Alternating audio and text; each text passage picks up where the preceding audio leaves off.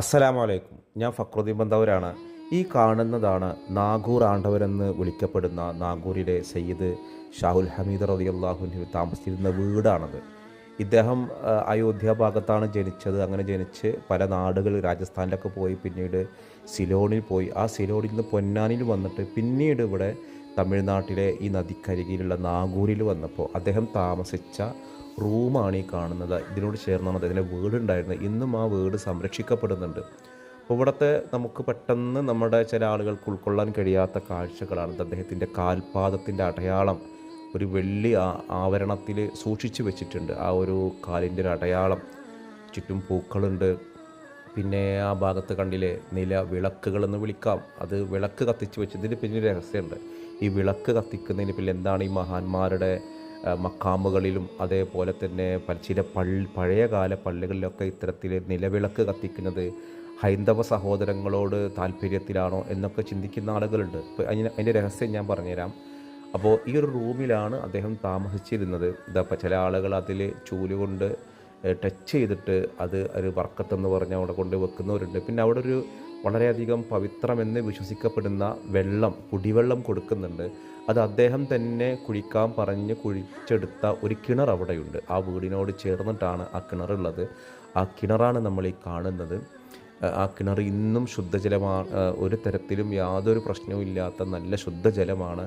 നൂറ്റാണ്ടുകളായിട്ട് 1490കളാണ് അദ്ദേഹത്തിൻ്റെ ജനനം ജീവിതമൊക്കെ ഉണ്ടായിരുന്നു. ഇപ്പോൾ 2026 നല്ല ശുദ്ധമായ ജലം, ഇതൊരു ഇതൊരു രോഗശമനമാണ് എന്ന് വിശ്വസിച്ച് കുടിക്കുന്ന ആളുകളുണ്ട്. എന്തായാലും ഇവിടെ വരുന്നവർക്കൊക്കെ ആ വെള്ളം കൊടുക്കും. ഇത് അദ്ദേഹത്തിൻ്റെ വീടാണ് ഈ കാണുന്നത്. ഈ വീട്ടിൽ അദ്ദേഹത്തിൻ്റെ കുടുംബക്കാരായ സ്ത്രീകളാണ് താമസം.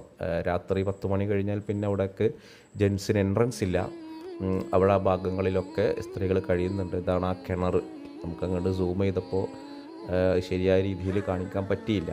എന്തായാലും ഇവിടെ വരുന്ന ഒരാളുകൾക്കൊക്കെ ആ വെള്ളം കുടിക്കാൻ കൊടുക്കലുണ്ട്. ഒരു നിശ്ചിത സമയം കഴിഞ്ഞാൽ പിന്നെ അവിടെ പുരുഷന്മാർക്ക് പ്രവേശനമില്ല കേട്ടോ.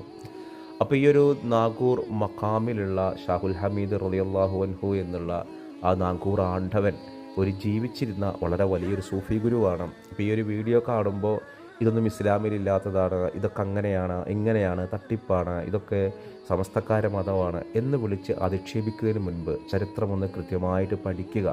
ഇങ്ങനെയുള്ള സൂഫി വര്യന്മാരും നമ്മുടെ നാടുകളിലൊക്കെ വന്നിരുന്നു. എന്തൊക്കെ അവിടുത്തെ ഒരു കച്ചവട സ്ഥാപനങ്ങളാണ്. ആ ഒരു മക്കാമിലേക്ക് വരുന്ന എൻട്രൻസിൻ്റെ ഭാഗത്ത് സുന്ദരമായ ഒരു കച്ചവട കേന്ദ്രങ്ങൾ തന്നെ ഉണ്ട്.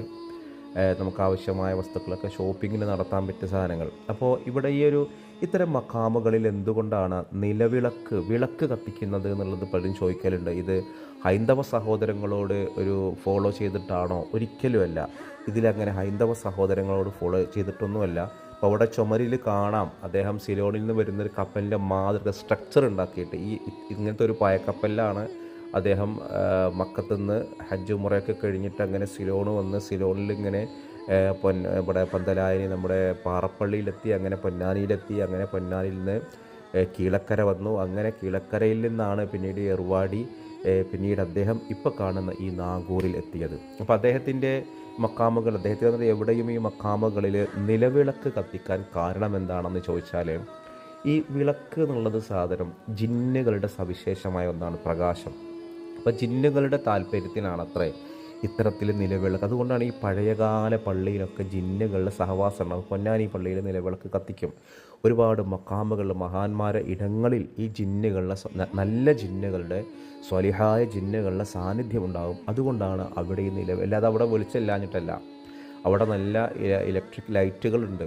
ആ ലൈറ്റുകൾ ഉള്ളതിനോടൊപ്പം തന്നെ ആ ജിന്നുകളുടെ ഒരു സഹവാസത്തിന് വേണ്ടി, ജിന്നുകളുടെ ഒരു സാന്നിധ്യത്തിന് വേണ്ടിയിട്ട്, അവരുടെ സന്തോഷത്തിന് വേണ്ടിയിട്ടാണ് ഇത്തരത്തിൽ നിലവിളക്ക് കത്തിക്കുന്നത് എന്നതാണ് ഇതിന് മഹാന്മാർ കൊടുത്തൊരു വിശദീകരണം. അപ്പോൾ അത് നിലവിളക്ക് കത്തിക്കുന്നതിൽ മതത്തിനോടുള്ള ആചാരമൊന്നുമല്ല, ഒരു മതത്തിനോടും താതാത്മ്യം പ്രകടിപ്പിച്ചതല്ല. ഈ ജിന്നുകൾക്ക് ഈ നിലവിളക്ക് കത്തിക്കുന്നത് ഇഷ്ടമാണ്. അതുകൊണ്ടാണ് അപ്പോൾ എല്ലാ മക്കാമുകളിലും പോയാൽ അത് കാണാം. പഴയകാല പള്ളിയിലൊക്കെ അത് കാണാം. എന്തായാലും ഷാഹുൽ ഹമീദ് റളിയല്ലാഹു അൻഹു എന്ന ഈ ഒരു നാഗൂർ ആണ്ടവൻ എന്ന് തമിഴ്നാട്ടുകാർ സ്നേഹത്തിനോടും ആദരവോടും കൂടി വിളിക്കുന്ന ഈ മഹാൻ്റെ താമസിച്ചിരുന്നൊരു വീട്, ആ റൂമായിരുന്നു നമ്മളപ്പോൾ നേരത്തെ കണ്ടത്.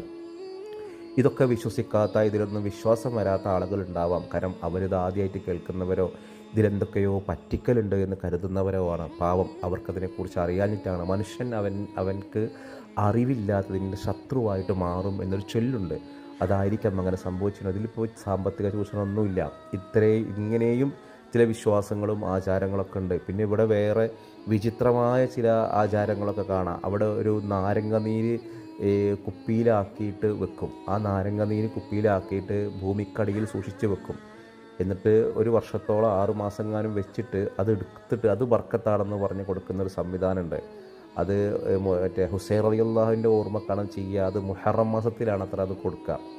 അപ്പോൾ അതെന്തുകൊണ്ടാണ് അങ്ങനെ വന്നതെന്ന് എനിക്കറിയില്ല. പക്ഷേ ഒരു കുപ്പിയിലാക്കി മൺകുടത്തിലാക്കിയിട്ട് അത് പട്ടിൽ പൊതിഞ്ഞിട്ടാണ് ഈ മണ്ണിൽ അതിൻ്റെ ഒരു ഭാഗങ്ങളൊക്കെ അവിടെ ഉണ്ട്, അത് സൂക്ഷിച്ച് വെക്കുക. അങ്ങനെയും ഒരു ആചാരം.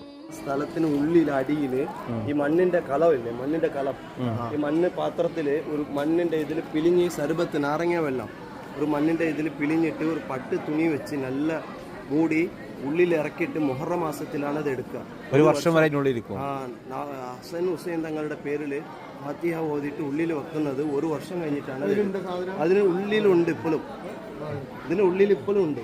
അതിൻ്റെ വീഡിയോ ഞാൻ എൻ്റെ മറ്റേ ഫോണിലുണ്ട്, ഞാൻ അയച്ചു തരാം. നാരങ്ങ സർബത്ത്, ഒരു ചെറിയ മണ്ണിൻ്റെ പാത്രത്തിൽ നാരങ്ങ സർബത്ത് ഹസൻ ഹുസൈൻ തങ്ങളുടെ പേരിൽ ഫാത്തിഹ ഓതിയിട്ട് ഒരു കൊല്ലം ഒരു കേടും ഉണ്ടാവില്ല. പക്ഷെ വത്തും. അപ്പോൾ ഇത്രയും ഉള്ളത് ഇത്രയാവും, അത് വത്തിപ്പോവും. പക്ഷെ അതിന് ഒരു മാറ്റം ഉണ്ടാവില്ല. നമ്മൾ അതിന് ഉള്ളിൽ വെച്ച് കുടിച്ചിട്ടുണ്ട്. അത് ലേലം എടുക്കുന്നതാണ്. ഇതിപ്പോൾ 70,000 80,000 2 മാസത്തേക്ക് മാത്രം ഇത് ലേലം പോകും. ആ ലേലത്തിൽ എടുക്കുന്ന ആൾക്കാർ ഇവിടെ നിന്ന് നടത്തിക്കും, നോട്ടങ്ങളൊക്കെ നടത്തും. അവരാണ് അത് എടുത്ത് ഉള്ളിൽ വെച്ച് ദുആ ചെയ്ത് അവരുടെ കയ്യാൽ ഒരു ചെറിയ ഗ്ലാസ്സിൽ കൊടുക്കും. അന്നത്തെ ദിവസങ്ങളിൽ വരുന്ന ആൾക്കാർക്ക് അവിടുത്തെ വെള്ളങ്ങൾ ഗ്ലാസ്സിൽ കൊടുക്കും. അതാണ് ഒരു